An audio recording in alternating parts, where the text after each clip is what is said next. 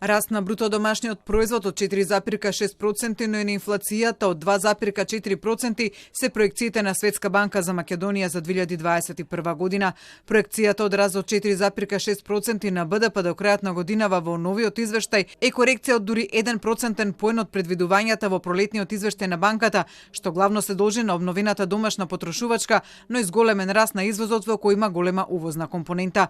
Но освен Македонија, Светска банка предвидува економско закрепнување од рецесијата предизвикана од COVID-19 на целиот Западен Балкан со предвиден раст на БДП до крајот на годинава од 5,9%. Според извештајот, економската дејност во регионот до крајот на годината ќе се врати на нивоата од пред пандемијата во речиси сите земји, освен во Црна Гора. Сепак позитивните трендови на растот на БДП се по закана на фискалниот дефицит, но и од бавното темпо на имунизација. И покрај доказите за зголемување на темпото за вакцинација, стапката за вакцинација во Западниот Балкан заостанува за другите европски земји и тоа може да предизвика нови рестрикции како резултат на разгорување од нова пандемија. Политичката несигурност исто така ќе го забави закрепнувањето на домашните и странските инвестиции.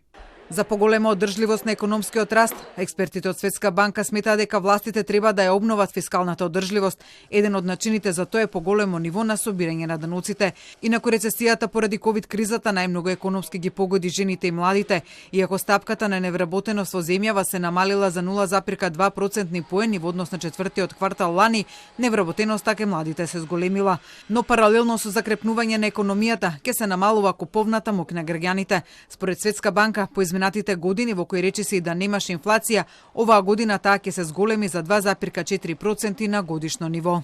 Очекувањата и проценките се дека ова е минливо, односно привремена појава. Ке видиме зголемување оваа година, но како ќе се нормализира состојбата, ке видиме и стабилизирање на инфлацијата.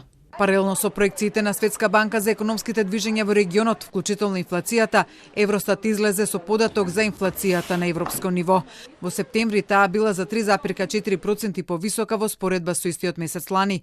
Тоа е највисоко ниво на инфлација во последните 13 години на европско тло. Најголемо зголемување на цените се забележани кај енергијата за цели 17,6%, додека животните намирници чинеле за 2% повеќе отколку пред една година. Според Европската централна банка, сегашниот раст на инфлацијата е само привремен и најмногу се должи на пандемијата.